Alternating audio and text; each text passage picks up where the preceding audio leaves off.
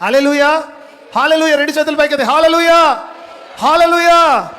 3 సార్లు సైతాన్ వచ్చి యేసయ్యను శోధించడానికి వస్తే 3 సార్లు సైతాన్ను దేవుడు ప్రార్థన చేయలా, 3 సార్లు సైతానికి దేవుడు ఆజ్ఞాపించలా, 3 సార్లు సైతాన్తో ముచ్చట మాట్లాడలా, 3 సార్లు దేవుడు వాక్యాన్ని చూపిస్తే సైతాన్ పారిపోయింది.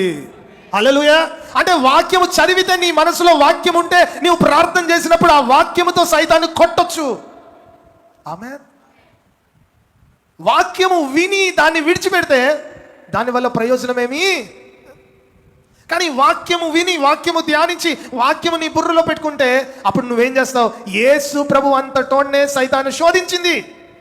కానీ యేసు ప్రభు అంతటోని సైతాను శోధించినా సరే, ఆ సైతాను దెబ్బకి దేవుడు నిలబడడానికి గల కారణం ఏంటి అని అంటే, నా దేవునికి వాక్యము తెలుసు. హల్లెలూయా. నీకెంత తెలుసు వాక్యం? నీకెంత తెలుసు వాక్యం? మనకెంత తెలుసు వాక్యం? ఇక్కడ వాక్యం ఏం చెప్తుందో తెలుసా? నీవు వెలుగు సంబంధులుగా మారాలి అనంటే, నీవు వెలుగులో నడవాలి అనంటే, నీవు క్రీస్తు సంబంధిగా మారాలి అనంటే నీకు వాక్య జ్ఞానం అవసరము. ఆమేన్.